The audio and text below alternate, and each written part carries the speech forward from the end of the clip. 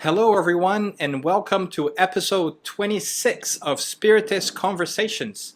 This one we are calling Music Spiritually.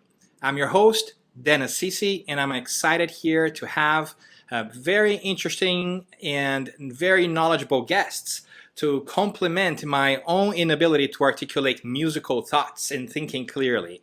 But before we begin, I just want to thank everybody who's watching this and also say that this is a live broadcast. If by any chance you were watching this somewhere else other than through our YouTube channel or our Facebook page, just know that we will not be able to see your comments live. So head over to our YouTube channel or to our Facebook page to be able to interact with us live. We would love to hear your comments and your questions as we go live.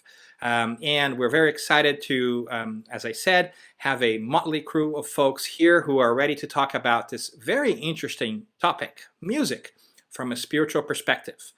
But before we dive in, let's get the folks on the horn so that you get to know a little bit about who they are and where they're from, because we have some new faces here today. But before we do that, let's start with our very own Flavio. Hi, Flavio. How are you doing? Hello, everybody. Flavio Zanetti here, your co-host, talking to you from the beautiful Commonwealth of Massachusetts. And music is a dear passion of mine because who doesn't love music, right? That's right. And we also have our friend Adam. Adam, say hello to us. Hey everyone, hey Dan, hey Flavio, hey everyone else. Adam Osborne here. I'm calling from Oxfordshire in the lovely United Kingdom, and it is 11 o'clock at night. Aha. And we have folks in all different time zones, so let's make sure we bring in Fred as well. Fred, how are you doing? Hi, everybody. Fred Gouveia here from New York, Brooklyn. Super happy to be here with you guys tonight. Thank you. All right, all right. So we have the four of us. We managed something new, 4 different time zones. And as you can tell, you have some pretty smart people that might be knowledgeable about music, more than I certainly am. But the topic, nevertheless, is super interesting. So we are hoping that you're going to find this interesting. We are going to say hello to folks along the way. We see our friend Elton already saying hello to Adam over YouTube. So a couple of folks are going to chime in. But Flavio, what should these people know about our program if they have never watched us before? So nothing here is scripted. We're just a bunch of friends who get together to talk about spiritism, spirituality, and one interesting topic that happens to be music today. So the first question that I have is, once we go back to the spiritual world, will there be music out there for us to listen? Aha, music. Let's dive in. Oh yeah. Music spiritually. So where do we Get start? to it? Yeah. Well, I mean, Leon Denis in the book Spiritism in the Arts, he says that the spirit guides that helped him put that book together say that in the spirit world, instead of the spoken word, the music is the type of thought that people most interact with. So music is the primary language in the spirit realm. And the more elevated the sphere, the more beautiful the language, the better the communication. So that's a big yes, I'd say. Yeah, and that's actually true of many different other books as well, right? So throughout our Spiritist literature, we find many different references, if not necessarily conversations about music, but reports from the spiritual realm of how spirits saw and experienced music very differently than we do here on Earth. Yeah, and But isn't there the messages in the posthumous works, which are messages received from the spirit of Rossini, which were received about 2 or 3 months after he passed away, talking about celestial music, about how everything's basically so wonderful, a completely different dimension than we can experience here. yeah, and not only Rossini, but we also have in the Spiritist Review, we have Mozart coming through. We have Rossini coming through. We have different folks talking about this too. We also have the French writer Lamennais talking about it. So it's definitely something that it's not super well understood, I think, right? But maybe we should start about with the preliminary question of what is music? And Wow, maybe we that's should a back good up and question. say, hey, Flavio, I don't know about you, but the only instrument I can play is iTunes. So we should actually ask these people, what kind of music knowledge do they have? Because I think that folks don't know that we have some people who actually understand a little bit of music here. Yeah, I can play the keyboard, my computer keyboard, and I also can play the bell when I go visit someone. I ring the bell. So playing music or not, that's beside, right? The passion for enjoying music, I do believe most of us, if not all of us, have, right? So, what is music? That's a great question. Any method of sound production, right? We can identify as music, right? So it could be somebody singing, it could be medals, it could be chords, it could be a symphony, an orchestra. Again, the way I see it is any sound that really pleases us that we can identify as music, I think it's okay too. For some of the more purists, right, that some of the sounds are even created through a computer these days, they may not categorize that as music, but at the end of the day, it pleases our ears, it pleases our minds, it pleases our soul. I mean, I think it's music anyways, right? Great. Yeah. So tell us, Fred, let's start with you. What's your musical background and interests? So it's a mixture of a blessing and a curse. I think music is for a lot of people either a blessing and a curse. For me, it's both. From an early age, I was in love with classical music and I started collecting CDs. My mother was a piano teacher. She taught for 12 hours a day a bunch of children in school. The last thing she wanted to do was to arrive home exhausted and have her own son begging for her to teach piano. And that's exactly what she got. Talk about karma. And I learned by ear the piano from a very early age. And I learned the violin in a more traditional way with sheet music, with the teachers and the technical stuff.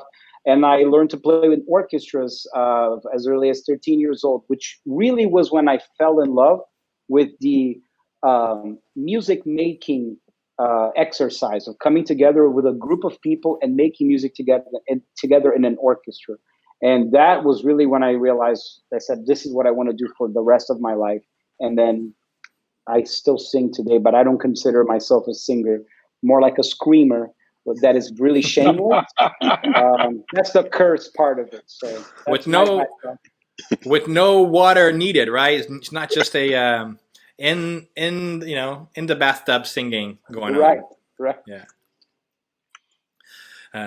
Great. And so, Adam, how about you? Tell us a little bit about your musical interests.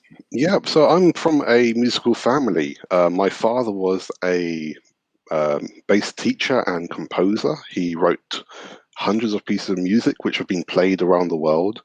And so I grew up learning a lot about the bass. I learned the bass even when I was too small to even reach the top of it. And I also learnt the piano, a bit of trombone, and I play a few other instruments here and there. Not really followed it through a lot nowadays, but I have been a bit more into the composition side of things, just playing around with. Great question there, Elton. With a name like that, you should be the one composing for film and TV. But I do play around with making music. There's lots of great electronic tools we have nowadays to compose, to put ideas together, even if we don't know how to play an instrument. And that's what I like to do nowadays. Great. As I said, I play nothing. I double click on stuff and I listen to things that I like. But I am very mindful, and maybe we can talk about this too, about the influence of music on my mood in general, right? Can we perhaps take a totally different route? Because it's coming back to me. And again, for the folks that are listening or watching us, right? We don't do scripts for these. We don't, officially prepare any content for these conversations. Again, it's just a bunch of friends, off the cuff having a conversation. But it just came to me that oftentimes spirits are drawn based on some of the music that's playing, right? And in the Spiritist literature, there are several examples, even also law, right? the Astro City book, talks about that. But there's several examples where spirits are, are drawn to a particular music or a particular, a type of music, and they ended up seeing that someone is listening to that, and they get associated with that. Can we perhaps talk a little bit about that and the role of music in this association with spirits, discarnates, incarnates, our love, and the things that our emotions that really arise after we listen to a particular tune or song? That's a great question, Flavio. Here's my 1 minute hypothesis on music, right? In general, so we know that music is basically vibrations, right? It's vibrations through the air. That's how the sound of anything that we hear comes to us. Is these pressures and sound waves that make an impression in our eardrums, and then they kind of come into our bodies. So we know it has a lot to do with the vibrations and waves. But if you think about it, everything has to do with waves and vibrations, right? The way we look at color, light, is just different frequencies of vibration. So these vibrations, they bring with us certain impressions that affect us in one way or the other, either visually or audibly, depending on how our brain processes it. So I actually think that there is a layer to this that we haven't yet figured out, that there is an emotional component with these waves that come and hit us. And I think that's what the spirits generally tell us, right? So one thing that I'm actually very interested in, this may be a talk for later on, is, how we talk about how we should feed our bodies better, and we're learning how to treat our bodies better, eating better, healthier, and so forth. I also think that over the next decades, we might find out that our musical diet matters quite a bit in our spiritual development. And we can talk more about that. But so I think it really helps me make sense of music, Flavio, when I think about waves, right, in general. So it makes sense that waves and resonance and all that stuff would matter, because everything is about energy. It's about frequency. So I think music is a way of us communicating and getting there. Does that make sense? So what do you guys think? Makes sense. If you don't mind, Adam, I'll jump right in because my mind is bubbling with three things I'd like to share in response to this. One of them, there's an American musicologist that I learned in college. I don't remember his name now, but he breaks down music in a way, because you guys asked what is really music.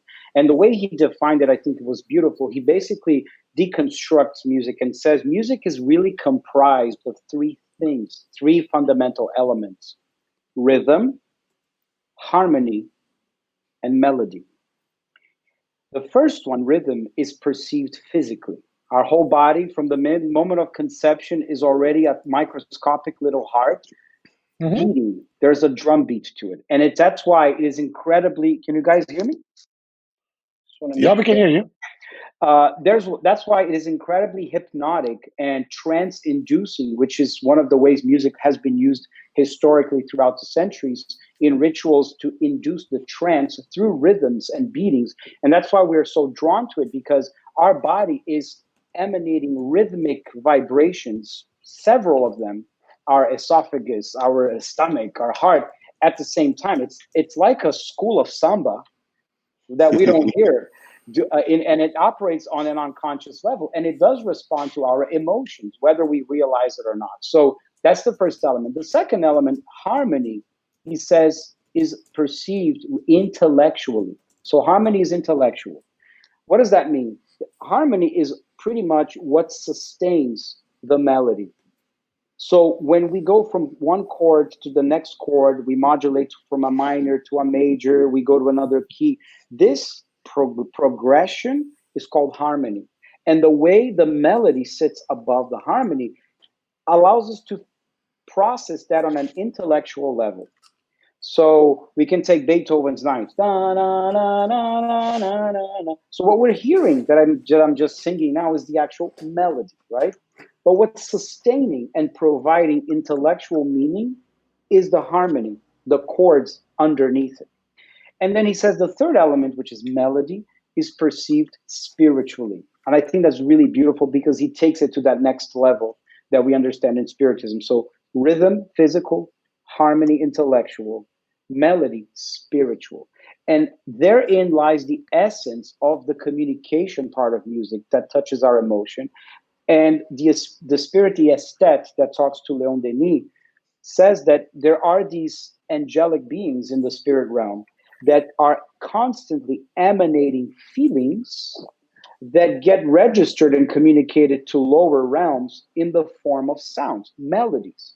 So when we are composing, in the case of Adam, and no matter where we are, when we enter into a state of prayer, meditation, contemplation, reflection, in order to elevate our frequencies, we will very likely be capturing these melodic lines.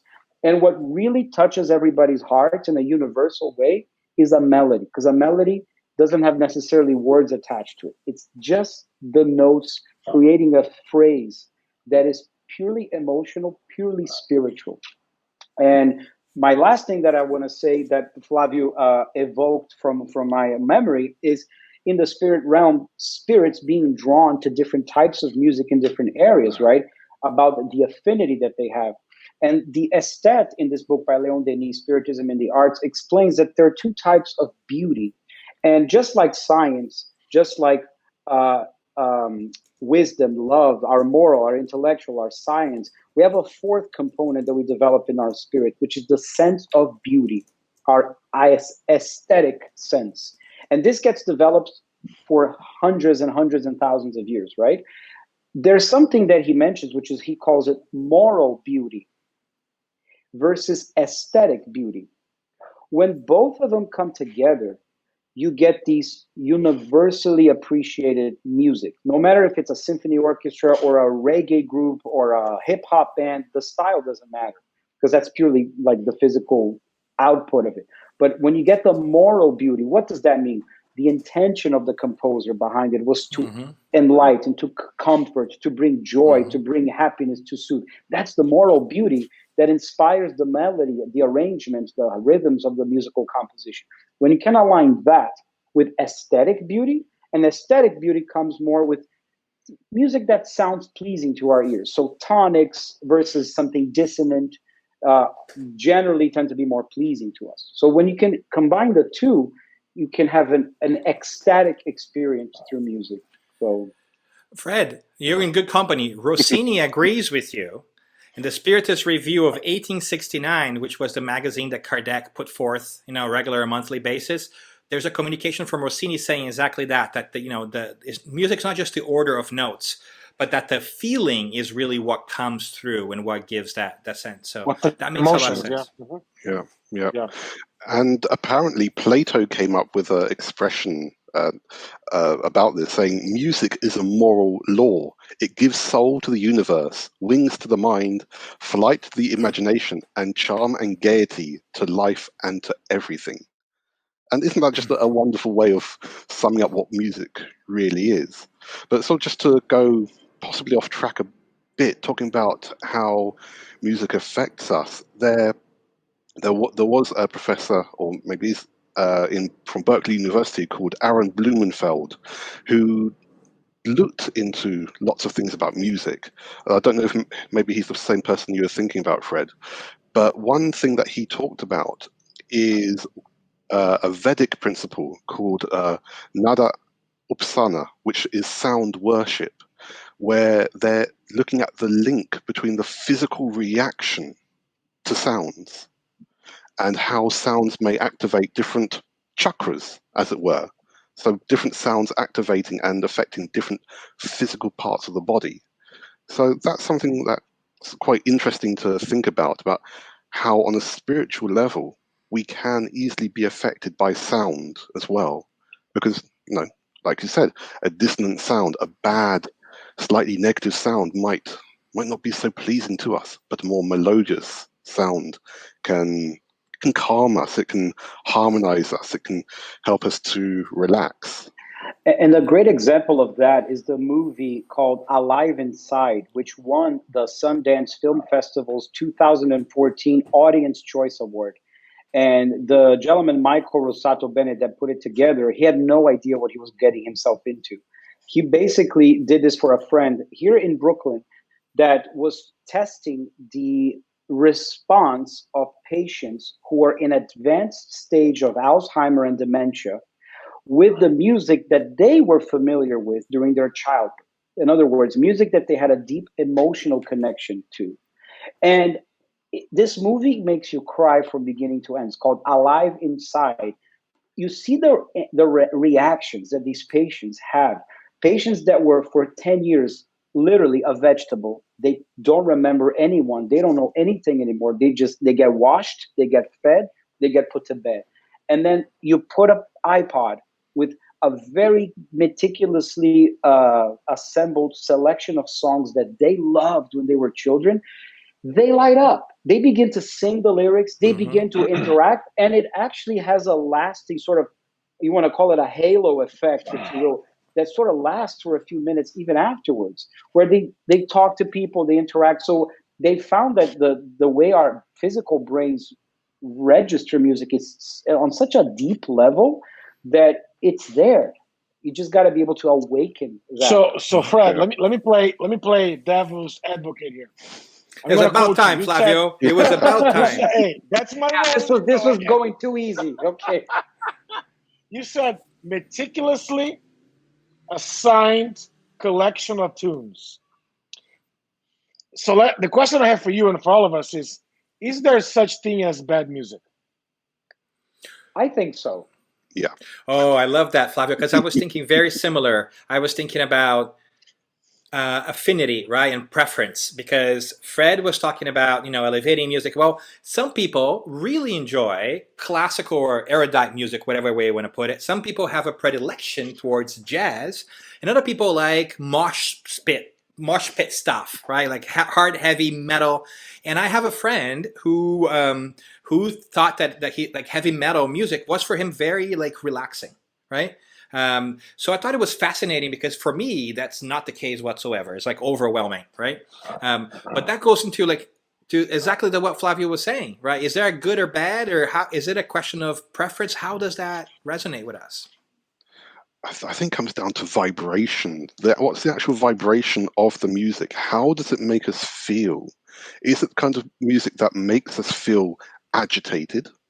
Does it make us feel stressed? Does it make us feel violent even?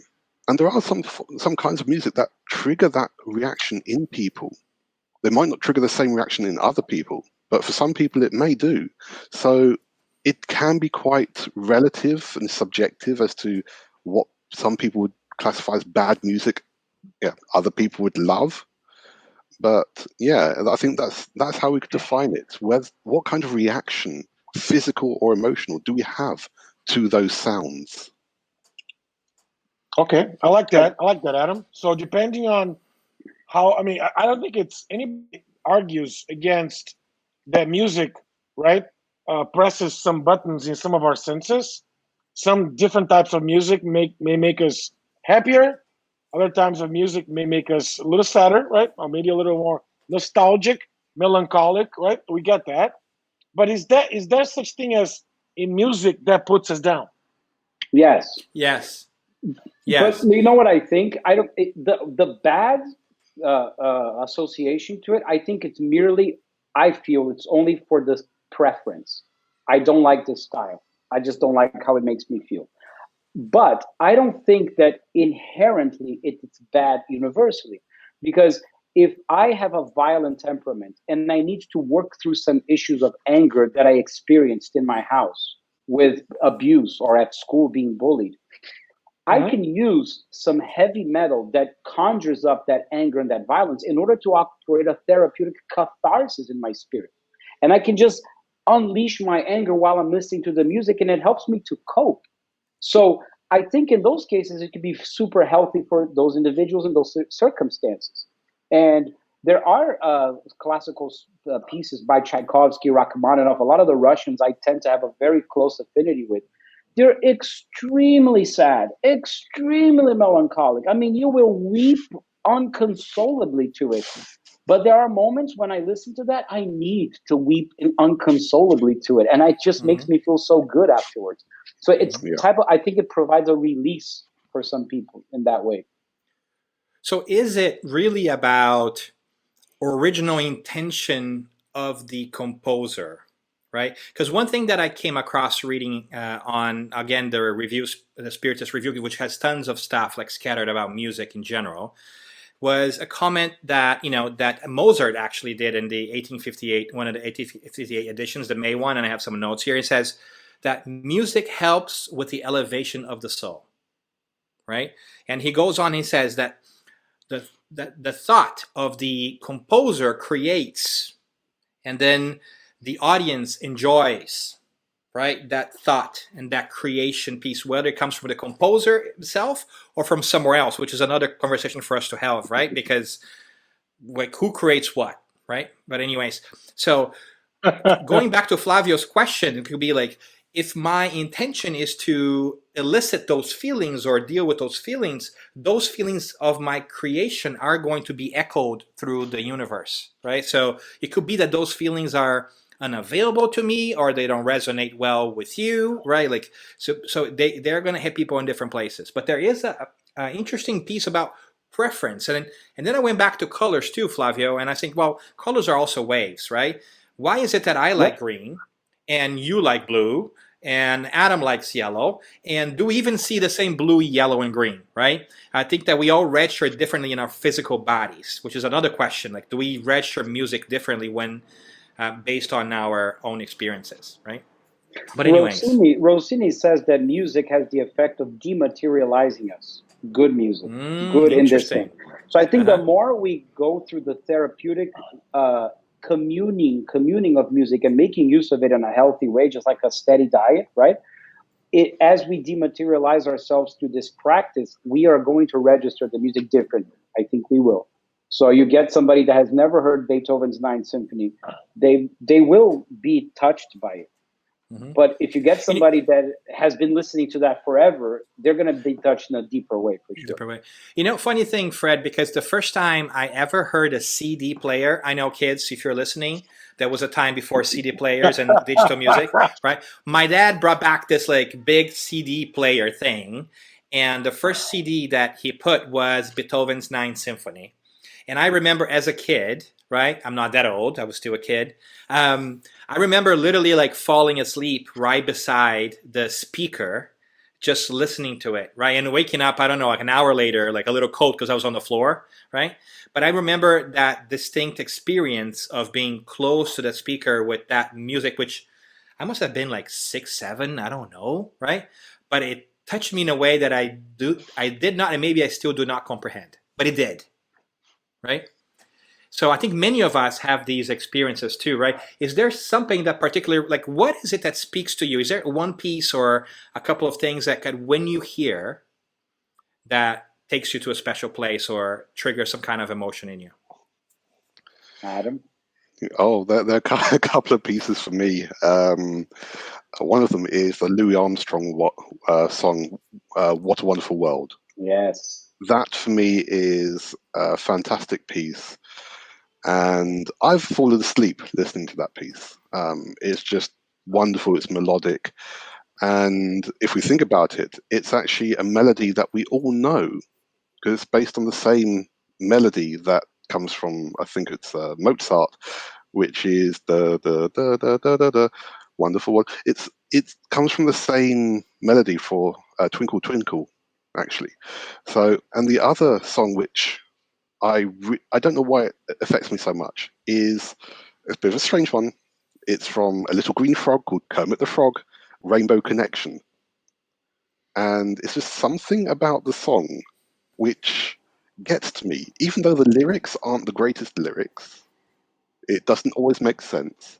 It's just something about it, the composition, everything together, which just makes me think, that's great. But there are. Isn't it interesting how both of you guys describe the same effect, falling asleep? And I think that's an interesting thing for us to examine for a quick second, because I've been to concerts all my life. I've played in orchestras all my life. And it is a common knowledge amongst classical musicians and classical audiences that, like, a lot of people in the audience fall asleep, and they fall asleep deep. Sometimes they snore. You have to like poke them so they can stop snoring out loud. And I think that's actually a very beneficial reaction, because I have no doubt that in a Carnegie Hall, a Lincoln Center, those concert halls, they're like a huge temple surrounded by millions of very elevated spirits that are operating cures and spreading those good energies to places that need it. So I think when we enter into that state of relaxation, it might be induced sometimes by our spirit guide, so that we can leave the prison of the body and be taken by the power of that music to a place of healing, of comfort, of soothing. And when we come back, we're like, it's just such a nice nap. So it was only 5 minutes, but I feel so energized. And it might be as simple as just getting in touch or letting your emotions come forward, right? Because sometimes we're such an intellective mode that we're just trying to make sense. I know it happens to me quite a bit. I process the world not through feelings, but through thoughts. That's how I lean, right? And sometimes I have to remember to make space to check in with myself to see what am I feeling, right? And I think music sometimes speaks that. And there's a wonderful quote by the writer Lamennais, right, in the 1851, I only remember these dates because I wrote them down, from the Spiritist Review, that says that music is the art form that speaks more directly to the heart, right? And I think it's true because, I mean, art is beautiful, right? You have painting, sculpting, everything else, but there is a movement to music, right? There is this sense of frequency, cadence, and whatever have you, like whatever you smart people can explain. But there is a sense of moving that kind of takes you with it. And I think it's really like speaks to your heart first. And I'm going to make a parallel to one of my favorite poets, the British-American poet T.S. Eliot. And in one of his essays, he says that good poetry can communicate before it's understood. I actually want to say that applies to music. Music can communicate before it is understood too, right? Because it's poetry. There is a motion to poetry. There is a motion to music that in a way is similar. It hits you emotionally in ways that you can't quite intellectually, at least for me, like I feel first and then I go backwards and say, well, why do I like this, right? Yeah. Well, please go ahead, Adam. No, I was going to say, why do we use music for religious purposes as well? There you go. Prayer, hymns, all these kinds of things. That's exactly what I was thinking. It's for thousands I'm so of happy years. we're in lockstep. That's exactly what I was thinking. Yeah, for thousands of years, humankind has used music for the worshipping of a god, a king, an emperor, praising someone. Why is that? It must be because of the spiritual connection to it. I mean, it must be because of this way that it affects us physically as well. And so we build up through our different incarnations this musical memory, as it were. Mm-hmm. I mean, you can just look at the preface of the Gospel according to Spiritism. It's such an important small message. It's filled with musical analogies. And to join the divine concert, take the trumpet, play the lyre, it's all evoking this divine concert, is wanting for us to connect with our feelings. And that's in the preface of the gospel. So it just shows how important that is.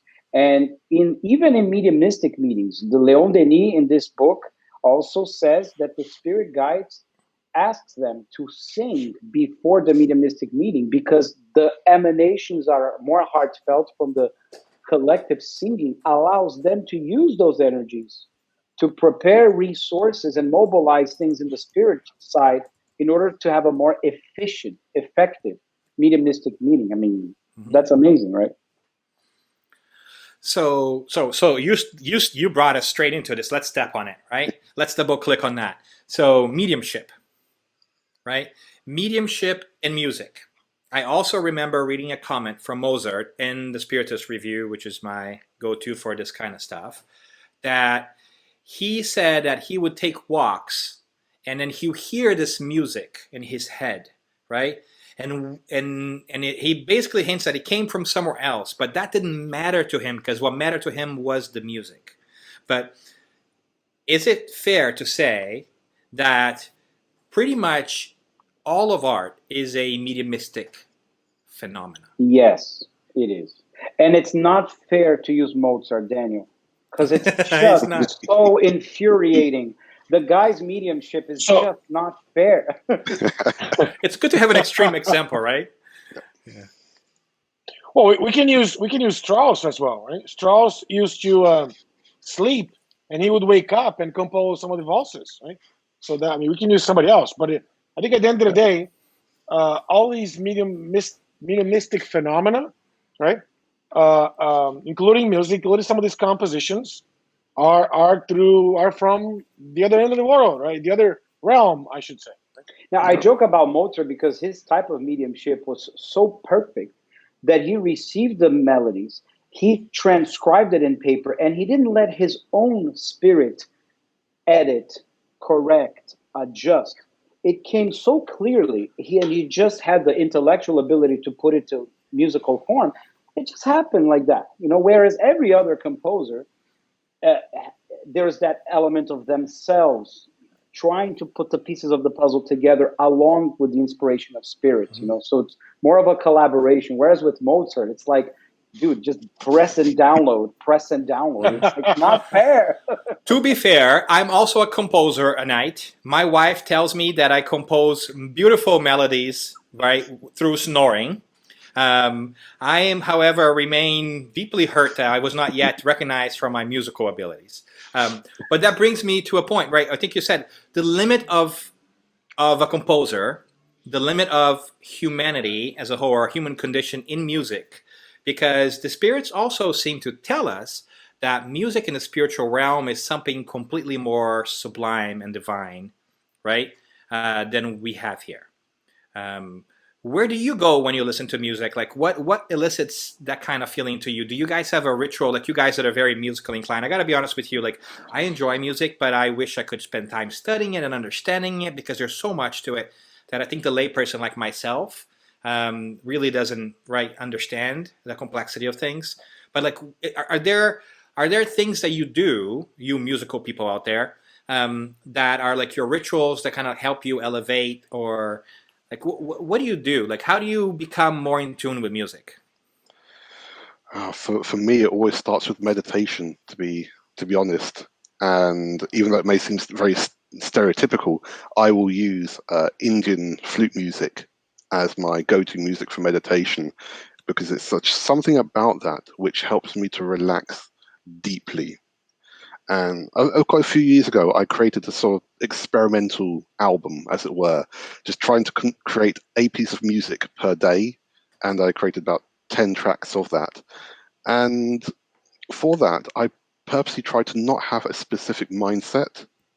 And it worked, because for some musicians, you'll get inspiration at almost any time. You don't have to have a specific routine, specific mindset to go to. But sometimes dream is the best way. We can wake up in the morning with a melody in our head, or we can be having a shower and suddenly something will come to us, or be driving to work and something will come to us. And in fact, the Australian pop musician Kylie Minogue has said that she receives inspiration for music so often that she carries around a recorder, as well as using the recorder on her phone, because she has so many ideas coming back and forth all the time. So it's more a case of just making sure that we have the right moment to listen to the ideas that come to us. And Okay. Let me. Go ahead, Flavio. Go ahead. No, please go ahead. I'm curious to see how you're going to stir the pot.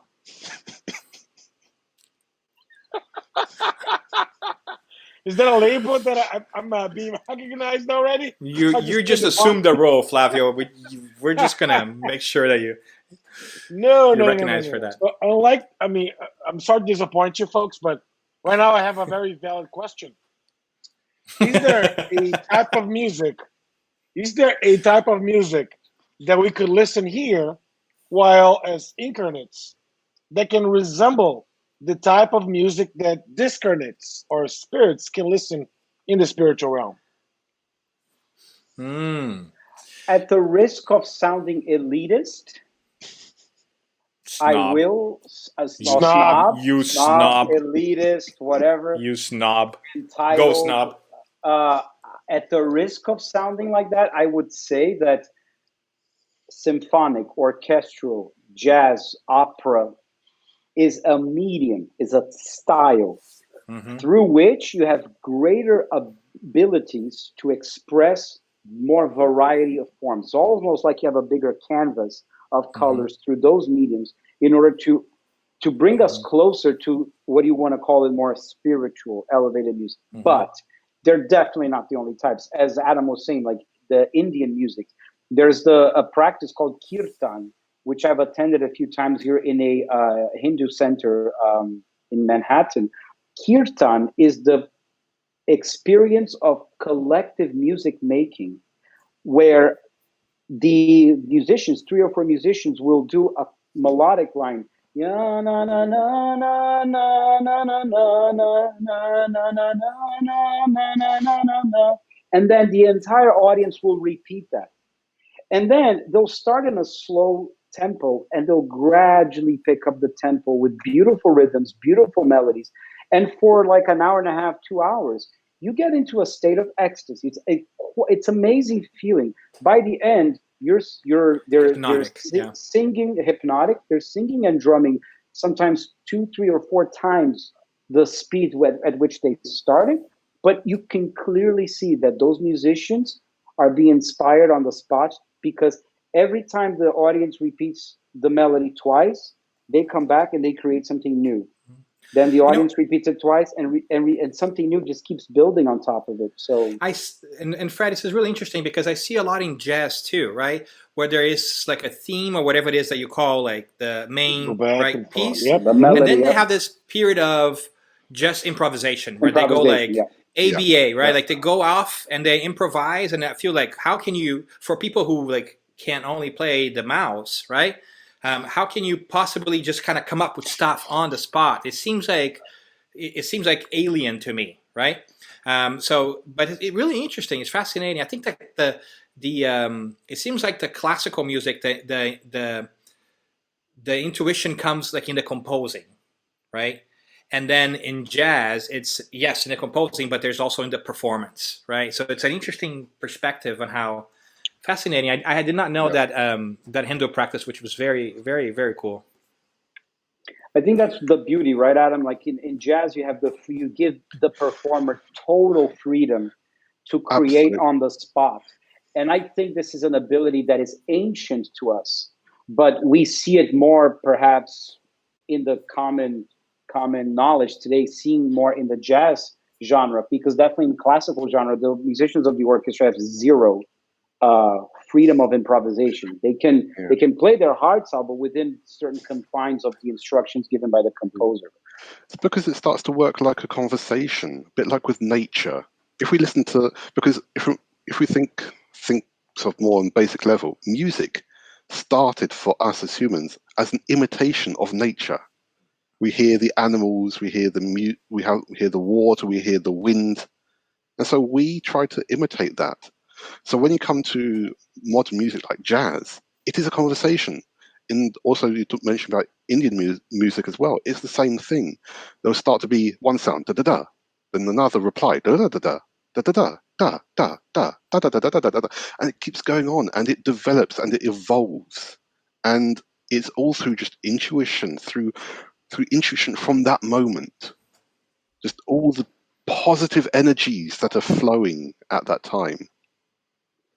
And there's some really funny stories about composers and their mediumship, like just oozing from their pores at inconvenient times.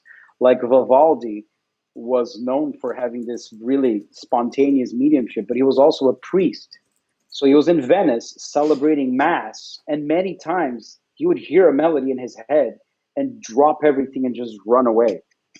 And like come back 20 minutes later, like just nothing happened, and continue to celebrate Mass, So it was that powerful, an impetus for him to make sure. And, it's funny, so many of these composers that I've studied and I talk about their mediumship, they have this common thread, like Flavio mentioned about Strauss, that they get taken in spirit, in the spirit world when they are asleep. They experience incredibly breathtaking music that is a million times more elevated and high definition than our physical senses can bear, right? And then it's when true they come hi-fi. back, it's true hi-fi, and we're like in analog black and white mode here.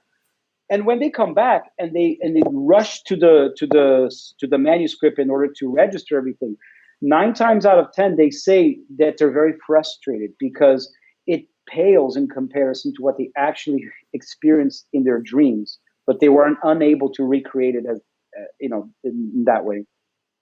And so here's an interesting question, right? As we talk about that, Elton, not John, is asking us about if you guys know of any mediums who are actually mediums of musicians, because we see mediums of painters, we see mediums of writers, but have you guys come across some actually channeling of music? There are a few items that are mentioned throughout the Medium's book, and I'm sure in Spiritist Review as well, where because obviously the receiving of music as a form of communication is a form of communication. It's a form of art, but there are some people who have received things. There's one girl called Alma Deutscher who apparently has received lots of music directly from Mozart and Beethoven. But there is a piece which is in what's known as the catalogue of items that Kardec recommended for all Spiritist centres to have, which was something that the grandson or great-grandson of Bach received, which was called The Air and Words of Henry III. I don't know if you guys know of this story. So apparently, this is absolutely fantastic little story. That apparently this guy Bach in 1865, I've got it written down.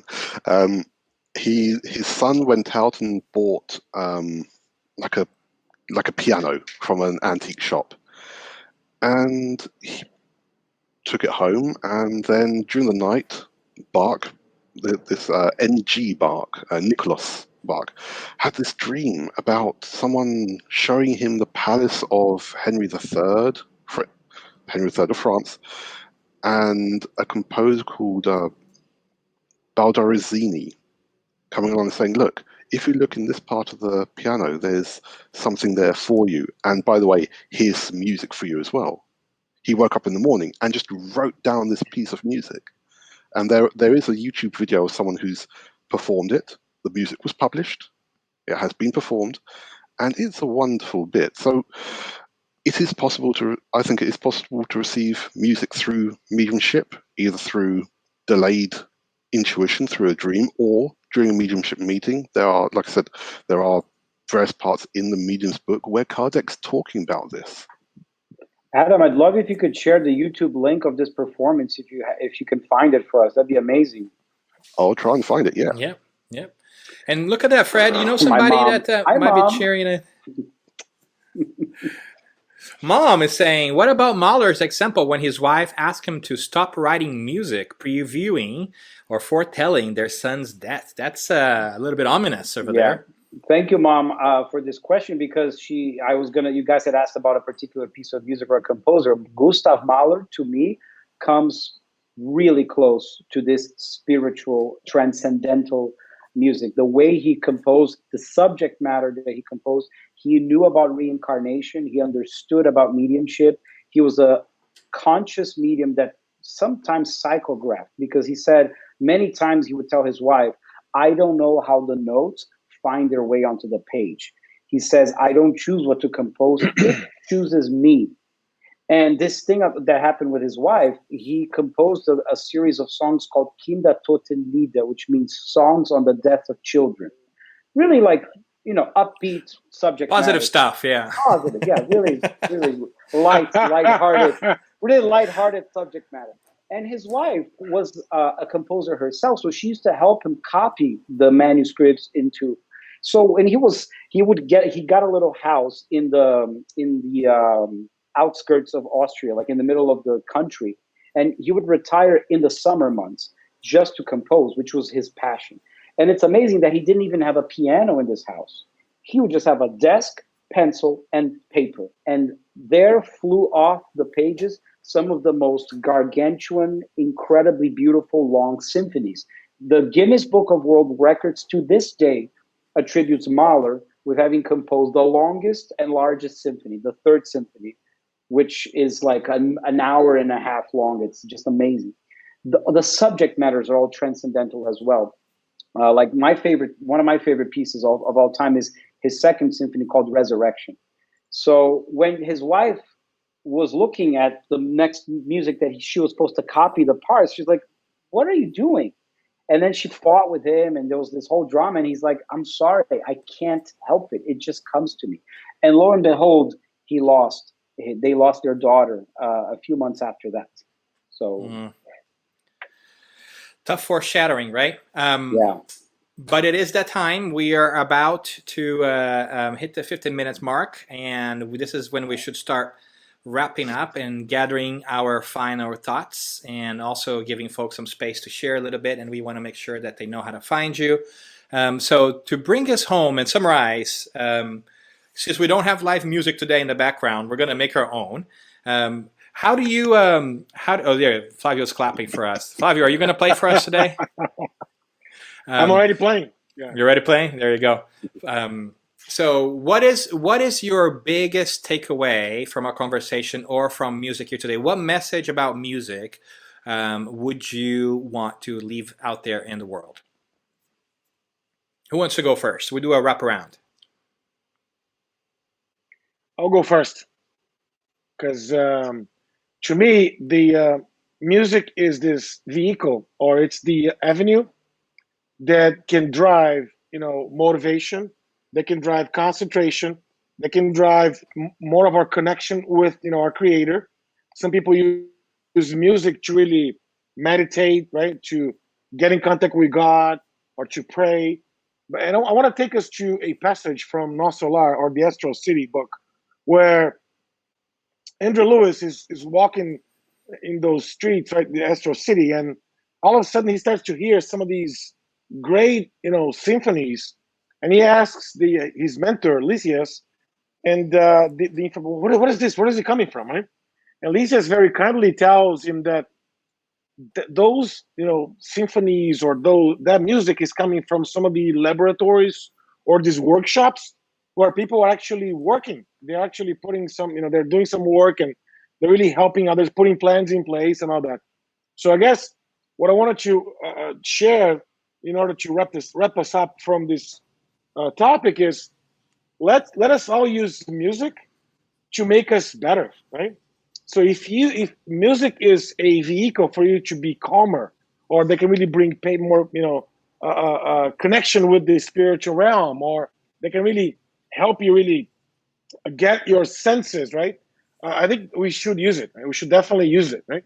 And then at the end of the day, let us remember that our spiritual connections are also going to be tied to those vibrations and those types of music that really make sense to them, right? So every time, for example, when I want to remember my mom, I'll go play her favorite song. That brings me back a lot of memories, right? There's a lot of ways for us to leverage music that can make us better spirits, or really address or enhance our connection with the spiritual realm. Great. Adam, can we toss it over to you? What are your final thoughts? I think Flavio just summed up most of what I wanted to say as well. But no, absolutely. No, music is, for me, a fundamental part of our being. The right kind of music can help to promote physical and mental health. It can help us to relieve temporarily from pain. It can help us overcome trauma and anxiety. It can help us with so many positive things in our lives that we need to have a good musical life. Even if we don't know how to play music, it's so easy nowadays to find good music on the internet. There's so many good channels, so many good radio stations, Spotify, etc. All these things are there. So we need to make use of that so that we can find ways to help motivate our inner peace, our tranquility, and just to carry on and just live as happy as we can be. Wonderful. Adam, let's keep going clockwise here. Mr. Fred. So there's a quote of a man named Jose Antonio Abreu, who founded the largest music education social program in the world in Venezuela in the 20th century. At its height in the early 2000s, there were more than 500,000 children and youth playing in orchestras and choruses, the most beautiful classical music you can hear in amazing quality. And it's just a case study that was exported all over the world as a very powerful vehicle for social change. One thing that he said, which is so beautiful, he said that art in the beginning was an enterprise that was done by minorities for minorities. Then, as we progressed through the centuries, art became an enterprise that was done by minorities for majorities. And as we enter the 19th and 20th centuries, we unleash a new era where art, music, is an enterprise that's done by majorities for majorities. And I think it ties so much with the coming of the Consoler and these new revelations that came through the doctrine of the spirits and so many other mediums around the same time, because it ties together with this concept of from majorities to majorities, where the music of the 19th century, especially the romantic music, still is at the foundation of the type of music that most of us enjoy and listen to today.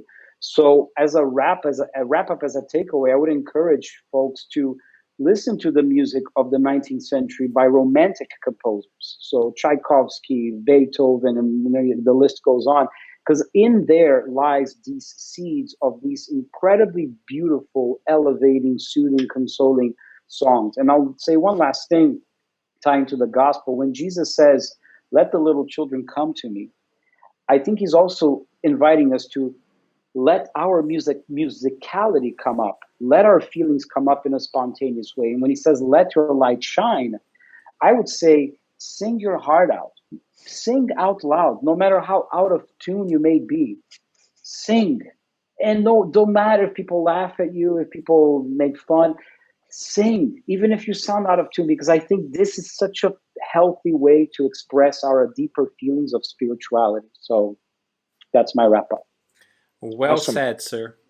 One of the great things of being at the show is hearing from smart people. So I'm not sure that I can add anything to it other than what a blessing it is for us to be able to have different music out there, different perspectives, and to, as a reminder, expose ourselves to something other than what we are used to as well, as a tool for being more familiar with different perspectives and seeing if there's something new that can come into our hearts. And I know that a lot of us might not be used to either jazz or classical music nowadays, but one question that generally comes up is why we don't have more great composers like back in the day. I think that we might have. We just don't have the venue and the appreciation for what's out there. So stretch yourself out and try to make time to let all that beautiful movement and feeling come into you, and hopefully that will help you bring it closer to the creator and the creation in general. So we hope that you continue to listen to music. We hope that you are able to challenge yourself in different ways to grow and be happy and to process all those feelings and thoughts that you have. And we're very excited that you're following us here as well.